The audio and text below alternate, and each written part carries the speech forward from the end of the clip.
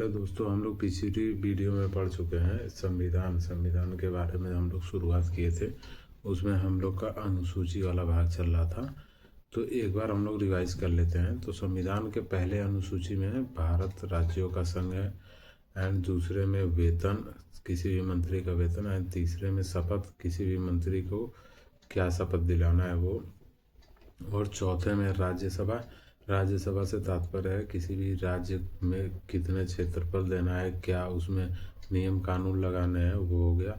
And पांचवें अनुसूची में SC ST एक्ट के लिए विशेष प्रावधान।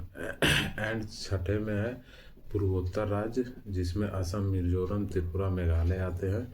एंड सातवें में है शक्ति का विभाजन में संघ सूची जो केंद्र के आधार पे आता है, राज्य सूची जो कि राज्य सरकार के अधीन आता है, समवर्ती जिसमें राज्य और केंद्र सरकार दोनों आते हैं। एंड उसके बाद अवशिष्ट में जो नई चीज़ें इन्वेंट होगी वो केंद्र सरकार के द्वारा शामिल किया जाएगा। इतना हम लोग पिछली वीडियो में देख चुके हैं। आज हम लोग देखेंगे आठवीं अनुसूची है भाषा कि भारत में टोटल कितनी भाषाएं होंगी। तो शुरुआत में संविधान बन रहा था, उस समय में टोटल 14 भाषाएं थी, लेकिन अभी के समय में टोटल 22 भाषाएं थी। ठीक है दोस्तों।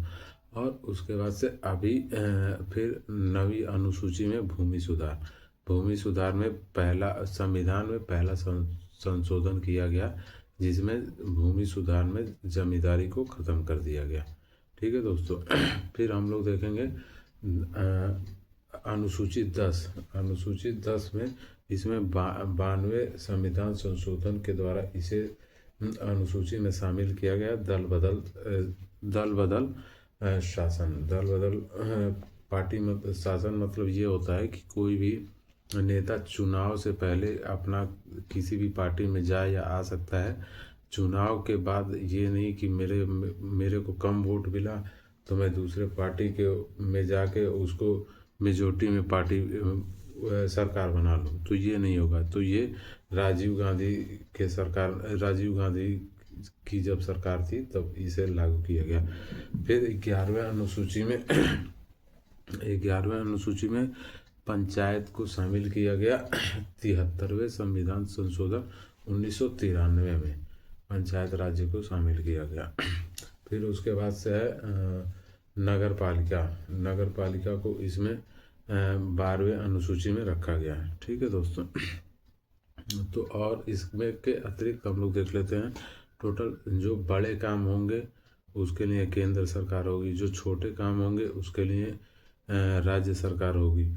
और जैसे छोटे काम होंगे वो राज्य सरकार होगी, लेकिन गाँवों में बहुत दिक्कतें होती थी कि भाई अब किसी गांव में समस्या है तो हर एक गांव में तो मुख्यमंत्री जा नहीं सकता है, तो उसके लिए वहाँ पे पंचायती राज बनाया गया। उसमें छोटे छोटे गाँव में प्रधान के चुनाव होने लगे, प्रधान की नियुक्ति होने लगी कर चुके हैं। अब हम लोग देखेंगे टोटल 22 भाग है संविधान में, टोटल 22 भाग है। उसका आज हम पहला भाग पढ़ेंगे। इसमें है संघ और उसके राज्य क्षेत्र। तो इसमें टोटल 4 अनुच्छेद हैं। इसमें पहला है कि भारत राज्यों का संघ है, यानी कि भारत राज्यों का यूनियन है। ठीक है दोस्तों। अगर इसके डिटेल में अगर किसी को जानकारी चाहिए डिटेल में, तो इसके लिए हो जाके अनुच्छेद 1 को देखे, अनुसूची 1 को देखे। ठीक है। फिर उसके बाद से हम लोग देखेंगे संसद।